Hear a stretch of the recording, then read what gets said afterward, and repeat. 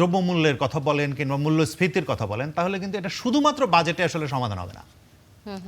হ্যাঁ, বাজেটের ভেতরে কিছু জিনিস আপনি করতে পারেন, যেমন ধরেন আমদানি নীতির কিছু পরিবর্তন করতে পারেন, কিংবা মানে কৃষিপণ্য সংরক্ষণ এবং তার মানে যে সঞ্চালন সেটার জন্য নতুন ব্যবস্থা নিতে পারেন, কিংবা মানে ডাটাবেজ উন্নত করার ভেতর দিয়ে আপনার আমদানিটাকে এমনভাবে নিয়ন্ত্রিত করতে পারেন যাতে আসলে মূল্য করতে পারেন। কিন্তু ধরেন মুদ্রানীতি এটা বাজেটের অন্তর্গত না। সরকার ওই একই কথাই বলেছে যে আসলে প্রথমে যদি আমরা বলি যে সরকার যেটা বলছে রিকভারি স্টেজ, সেটা তো ওই একই, আসলে ছিদ্রগুলো বন্ধ করতে হবে। এইখানে যে ধরনের আসলে পাচার হয়েছে, যেভাবে আসলে লুণ্ঠন হয়েছে, যে দুর্নীতি হয়েছে, সেগুলোকে আসলে বন্ধ করে একটা গুড গভর্নেন্সের মাধ্যমে এটাকে রিকভারির জায়গায় যেতে হবে। এটা আসলে সরকারেরও একই জায়গা, মানে আমি যতদূর বাজেট পড়েছি তাতে এটা বাজেটের ভেতরে উল্লেখ আছে।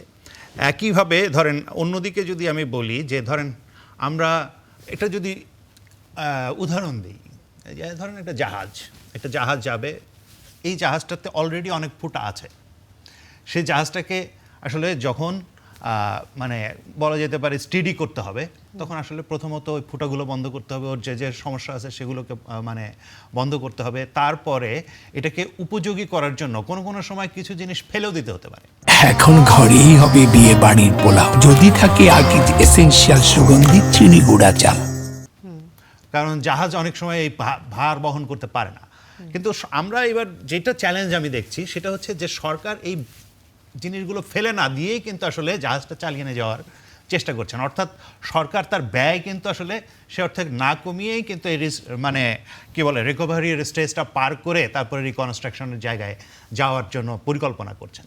তাহলে এই যে জায়গাটা, এই জায়গাকে যেতে হলে তাকে আসলে অনেক বেশি পরিমাণে আসলে এফিশিয়েন্ট ম্যানেজমেন্ট লাগবে। আচ্ছা, এফিশিয়েন্ট ম্যানেজমেন্ট ছাড়া এটা আসলে কখনোই আসলে সম্ভব না। এই এফিশিয়েন্ট ম্যানেজমেন্টের জায়গায় আসলে আসছে। এখন কিছু কিছু বিষয় আসে, যেমন আমরা যখন বিরোধী দলের মানে আলোচনাগুলো দেখি বা ওনাদের বাজেটের প্রস্তাবনাগুলো দেখেছি, বা এনসিপির বাজেটের প্রস্তাব ছিল, হ্যাঁ, সেই প্রস্তাবনাগুলো দেখেছি। আমরাও একটা প্রাক বাজেটের বিষয়ে প্রস্তাবনা দিয়েছিলাম।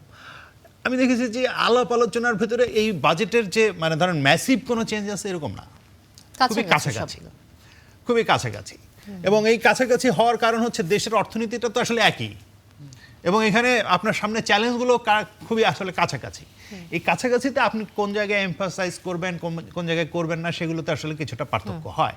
এক একজনের মানে কি বলে জোর দেওয়ার জায়গা এক একটা থাকে। ধরেন আপনি যদি আসলে দ্রব্যমূল্যের কথা বলেন কিংবা মূল্যস্ফীতির কথা বলেন, তাহলে কিন্তু এটা শুধুমাত্র বাজেটে আসলে সমাধান হবে না। হ্যাঁ, বাজেটের ভেতরে কিছু জিনিস আপনি করতে পারেন, যেমন ধরেন আমদানি নীতির কিছু পরিবর্তন করতে পারেন, কিংবা মানে কৃষিপণ্য সংরক্ষণ এবং তার মানে যে সঞ্চালন সেটার জন্য নতুন ব্যবস্থা নিতে পারেন, কিংবা মানে ডাটাবেজ উন্নত করার ভেতর দিয়ে আপনার আমদানিটাকে এমনভাবে নিয়ন্ত্রিত করতে পারেন যাতে আসলে মূল্য করতে পারেন। কিন্তু ধরেন মুদ্রানীতি এটা বাজেটের অন্তর্গত না।